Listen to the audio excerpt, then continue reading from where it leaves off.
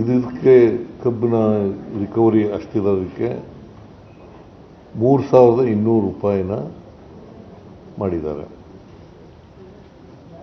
ಇದನ್ನು ಮಾಡೋದಕ್ಕಿಂತ ಮುಂಚಿತವಾಗಿ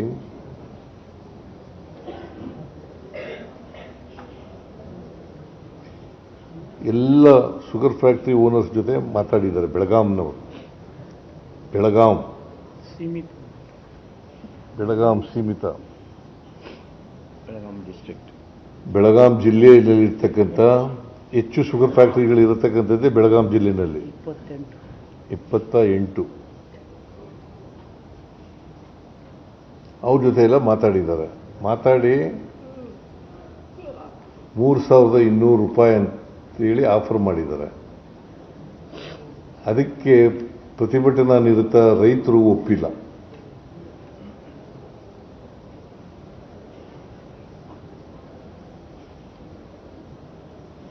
HK ಪಾಟೀಲ್ರು ಹೋಗಿ ಕರೆದಾಗಲೂ ಕೂಡ ಅವರು ಒಪ್ಪಿಲ್ಲ.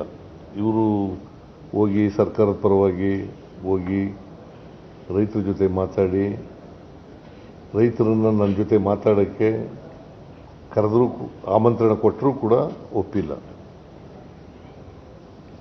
ಆಮೇಲೆ ಶಿವಾನಂದ್ ಅವರು ಅದರ ನೆಕ್ಸ್ಟ್ ಡೇ ಹೋಗಿದ್ರು.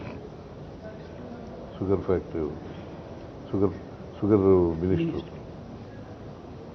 ಆಮೇಲೆ ಅಶೋಕನು ಕೂಡ ಹೋಗಿದ್ರು. ಅಶೋಕ್ ದಳ್ವಾಯ್.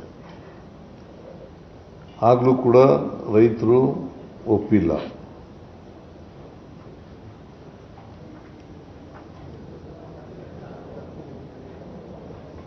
ನನಗೆ ಬಂದು ತಿಳಿಸಿದ ಮೇಲೆ HK ಪಾಟೀಲ್ರು ಮತ್ತು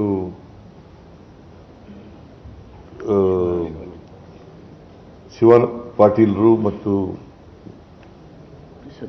ಸತೀಶ್ ಜಾರಕಿಹೊಳಿ ಅವರು,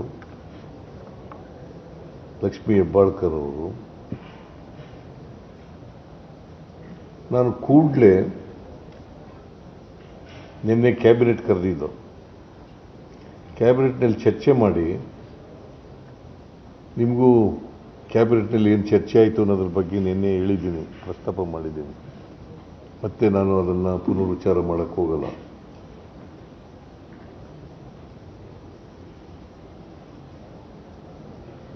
ನಿನ್ನೆ ಕ್ಯಾಬಿನೆಟ್ನಲ್ಲಿ ಚರ್ಚೆ ಮಾಡಿದ ಮೇಲೆ ನಿನ್ನೆನೇ ತೀರ್ಮಾನ ಮಾಡಿದ್ದೀವಿ. ಶುಗರ್ ಫ್ಯಾಕ್ಟರಿ ಓನರ್ಸ್ನ ಕರೆದು ಚರ್ಚೆ ಮಾಡಬೇಕು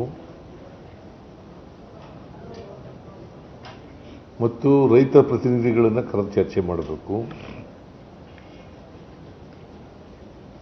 ಕೇಂದ್ರ ಸರ್ಕಾರಕ್ಕೆ ಪತ್ರ ಬರೆಯಬೇಕು ಅಂತ ಕೂಡ ತೀರ್ಮಾನ ಮಾಡಿದ್ದೀವಿ. ನಿನ್ನೆನೇ ಕೇಂದ್ರ ಸರ್ಕಾರಕ್ಕೆ ಪತ್ರ ಬರೆದಿದ್ದೇನೆ.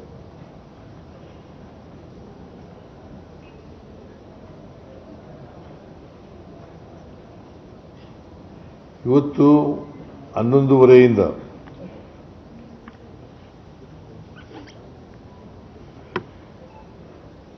ರೈತ ಪ್ರತಿನಿಧಿಗಳ ಜೊತೆಯಲ್ಲಿ ಮತ್ತು ಸಕ್ಕರೆ ಕಾರ್ಖಾನೆಗಳ ಮಾಲೀಕರುಗಳ ಜೊತೆಯಲ್ಲಿ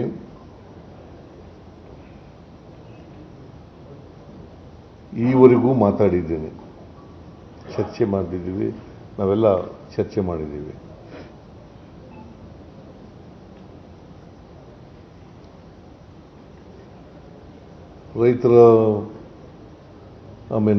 ರೈತರ ಪ್ರತಿನಿಧಿಗಳು ಅವ್ರ ಸಮಸ್ಯೆಗಳನ್ನು ಪ್ರಸ್ತಾಪ ಮಾಡಿದ್ದಾರೆ. ವಿಡಿಯೋ ಕಾನ್ಫರೆನ್ಸ್ ಕೂಡ ಅರೇಂಜ್ ಮಾಡಿತ್ತು.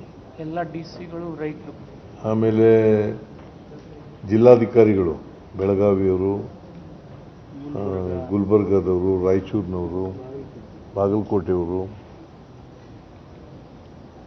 ಎಲ್ಲರ ಜೊತೆಲೂ ಕೂಡ ಮಾತಾಡಿದ್ದೀನಿ.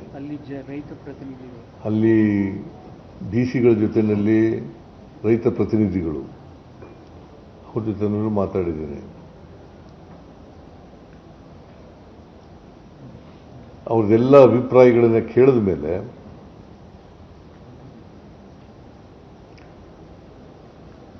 ಸಕ್ಕರೆ ಕಾರ್ಖಾನೆಗಳ ಮಾಲೀಕರು ಕೆಲವು ಸಮಸ್ಯೆಗಳನ್ನು ಹೇಳಿದ್ರು, ರಾಜ್ಯ ಸರ್ಕಾರದಿಂದ ಆಗಬೇಕಾಗಿ.